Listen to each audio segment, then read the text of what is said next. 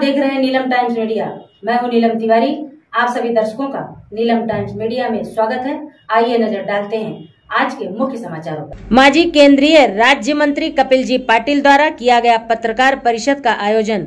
बता दें, कपिल पाटिल जी ने पत्रकारों को जानकारी देते हुए कहा कि भिवंडी लोकसभा में विकास काम को 1 साल में ब्रेक लग गया है और अपने 10 सालों के किए हुए कार्यों को बताते हुए क्या कहा, आइए देखते हैं। 1 वर्षानंतर ही पत्रकार परिषद घ्यावी न घ्यावी अशा मानसिकतेमध्ये मी होतो, पण नंतर माझ्या असं लक्षात आलं की 1 वर्षानंतर ही सांगण्यासारखं माझ्याकडेच आहे।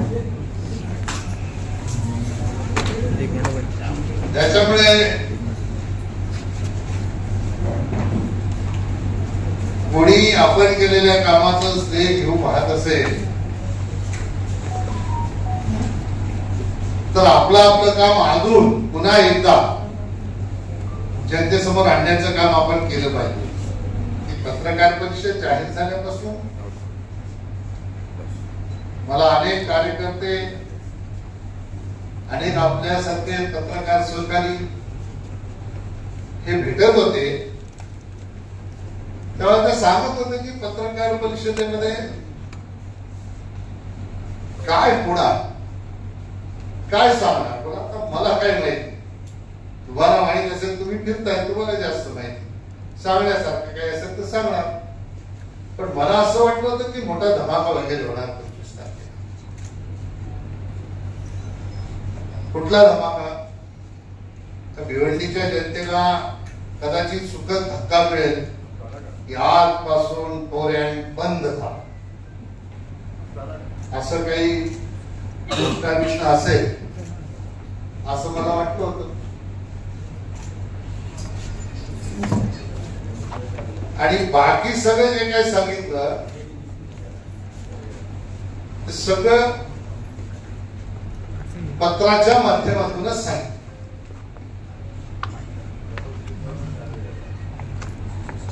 आणि माझी सवय,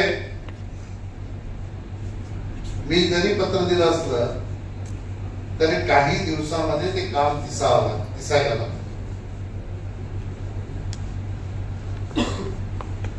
आणि म्हणून 10 वर्षात केलेली कामं ती आपल्याला सगळ्यांना दिसतात। आपण जिथून कुठून आला असाल, आपल्याला जे कॉन्क्रीटचे रस्ते लागले, आपल्या निदर्शनास काही मेट्रोची कामं, मेट्रोचं काम लागलं असेल, अजून काही कामं लागले असतील, अशी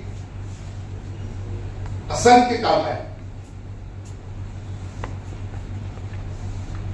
ज्यांची यादी वाचायला घेतली तर कमीत कमी 2-3 तास लागतील। त्याच्यात ही किरकोळ कामं तर आम्ही सांगितलीच नाही आणि सांगायची नाही।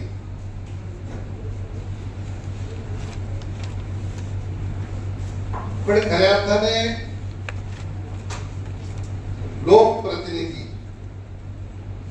हा निवडून आला म्हणजे लोकप्रतिनिधी होतो असं नाही।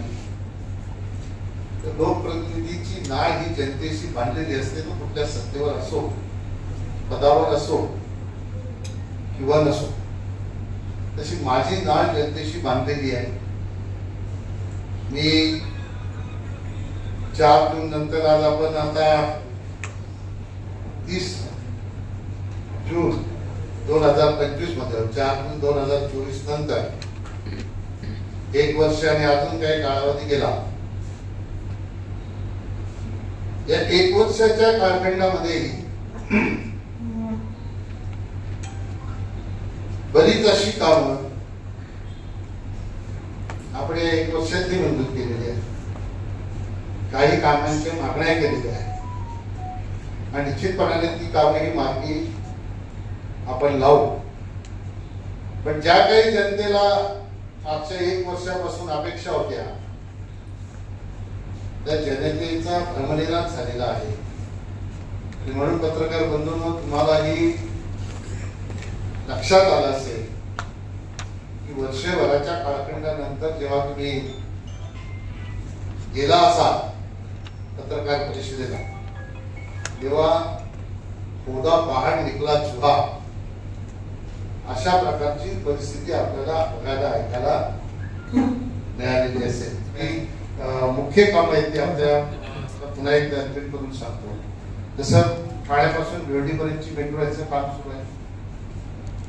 या भिवंडी शहरामध्ये अनेक रस्त्यांची काँक्रिटीकरणाची कामं झाली आणि आता सुरू आहे.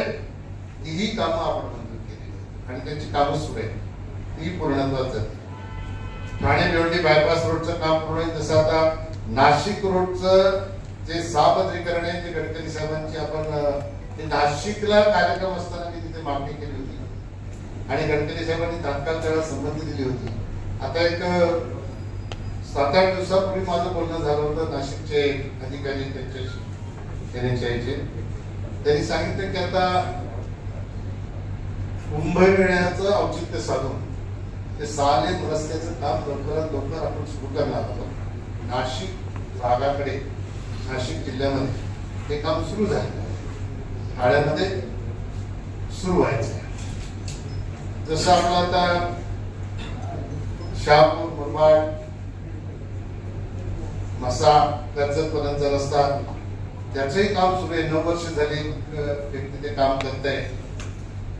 वाडा रोडचं आंदोलन आहे, प्रश्न विचारला उत्तर देईन मी त्याचं. सन्माननीय आता उद्या जे भारतीय जनता पक्षाचे प्रदेश अध्यक्ष होतील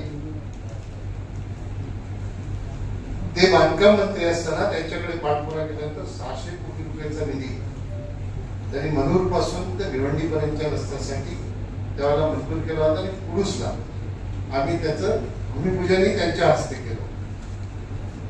सन्माननीय रवींद्र चव्हाण यांच्या हस्ते त्यावेळेला त्याचं भूमिपूजन आम्ही केलं होतं आणि मनोर पासून काही किलोमीटर त्याचं कामही काँक्रिटीकरणाचं सुरू झालेलं आहे, काही किलोमीटर झालेलं आहे. नवीन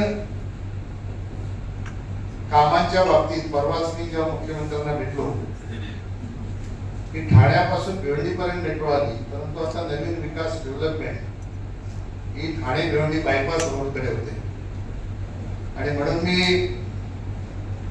साहेबांना विनंती केली पत्राद्वारे ठाण्यापासून पडग्यापर्यंत नवीन मेट्रोचा रूट एक मंजूर करावा. आता हे सगळं पत्र देऊन होतंय का? पत्र दिल्यानंतर त्याची व्हॅलिडिटी चेक केली जाते. ती चेक केल्यानंतर सर्वे केला जातो. सर्वे केल्यानंतर DPR बनवला जातो. DPR बनवल्यानंतर पुढच्या प्रक्रिया सगळ्या सुरू होत असतात. आता हे मी सांगण्याचा हेतू काय ते तुमच्या लक्षात आला असेल, तुम्ही समजून घ्या. शहापूरचा अजून तुम्ही विचार केला तर कलमगावचा अंडरपास आहे, कल्याण पासूनचा मुरबाड पासून बादशेत पर्यंतचा रस्ता आहे. हे मी का सांगतो की परत कोणी याच्या बाबतीत भाष्य करायला नको की हा रस्ता आम्ही जे लोक 10 वर्षात मी काय केलं विचारतात ना, ते जिथे उभं राहून विचारतात ते काम पण मी केलेलं आहे. जिथे कुठे उभं राहून विचारतात ना ते काम सुद्धा मी मंजूर केलेले आहे आणि ते काम बऱ्याचशा प्रमाणात पूर्ण झालेले आहे. अशा पद्धतीने दिशाभूल करण्याचं जे काम आहे,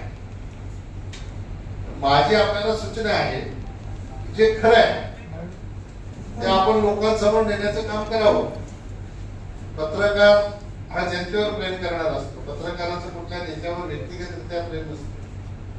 उन्होंने बताया कि एक 500 कोटी का रुपए का उन्होंने कुछ योजना बनाई है, उसके विषय में आपको कोई जानकारी है क्या? नहीं, ये मैंने भी वो प्रेस कॉन्फ्रेंस में ही सुना. उसी दिन मैंने भिवंडी के कमिश्नर से फोन पे बात की. उन्होंने कहा कि मेरे पास कोई ये बात बोलने के लिए आया नहीं, मेरे साथ किसी की मीटिंग हुई नहीं. आप इसकी जानकारी गोपाल सिंह जी दे सकते हो.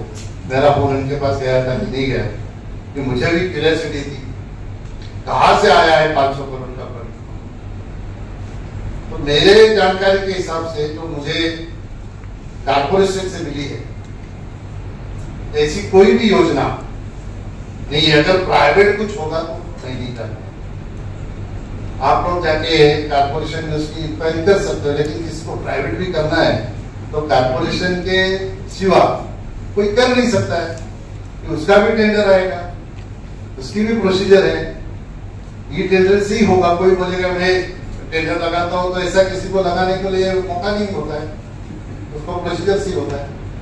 माननीय सांसद जी और आपने भी मतलब जैसा लोगों को तोरण से राहत नहीं मिल रही, तोरण से काफी तकलीफ ऐसा शहर में है, तो आप सरकार में है, सरकार से जुड़े हुए अभी नहीं भले आप सांसद हो, लेकिन सरकार में रह चुके आपको पता है, तो उसके लिए जनता के लिए क्या हो सकता है? देखो, बड़ा अच्छा सवाल है आपका।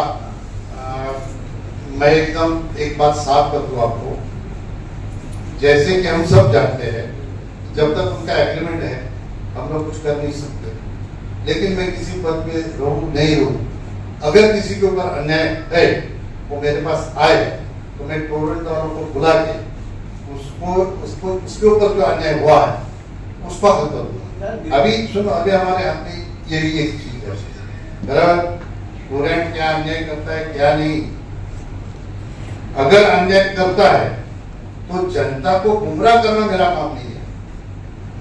मैं ऐसा नहीं बोल सकता कि चुटकी बजा के मैं इसको भगा दूंगा, ये मेरा काम नहीं है। मैं प्रशासन जानता हूं, इसलिए मैं ऐसा नहीं बोल सकता। लेकिन जिसके ऊपर अन्याय हुआ है वो अगर मेरे से कांटेक्ट करे तो उसके अन्याय को दूर करने का काम मैं निश्चित तौर पर करूंगा और अन्याय होने नहीं। भिवंडी की जनता ये चाहती है कि उनको बिजली कैसे तो किसी भी तरह से सस्ती मिले, कि सरकार ये चीज कर सकती है। टोरेंट कंपनी को भगाना इतना जरूरी नहीं है, लेकिन उसकी बिजली सस्ती हो या देखो, इसमें दो बातें हैं। टेक्निकल बात ऐसी है कि टोरेंट कंपनी को फ्रेंचाइजी दी, टोरेंट कंपनी की फ्रेंचाइजी हटा के टोरेंट कंपनी को जिस तरह से मुंबई में बीएसटी देती है, अदानी देती है, इस तरह से अगर पूरा सप्लाई और प्रोडक्शन उनके जिम्मे में दिया तो ये रेट कम हो सकता है। लेकिन दूसरी बात, महाराष्ट्र के मुख्यमंत्री जी ने कहा है कि अभी 26% धीरे धीरे 5 साल में इलेक्ट्रिक का बिल कम होगा। ये तो मुझे लगता है कि जब से महाराष्ट्र की स्थापना हुई है तब से लेकर आज तक ये कभी हुआ नहीं। ये अच्छी पहल है हमारे मुख्यमंत्री देवेंद्र फडणवीस जी, जो जनता के बारे में सोचते हैं, तो निश्चित तौर पर पूरे महाराष्ट्र की जनता को राहत मिलेगी तो भिवंडी को भी मिलेगी। इसी तरह सबसे पहले समाचारों को देखने के लिए नीलम टाइम्स मीडिया को सब्सक्राइब करें, लाइक करें, शेयर करें। धन्यवाद।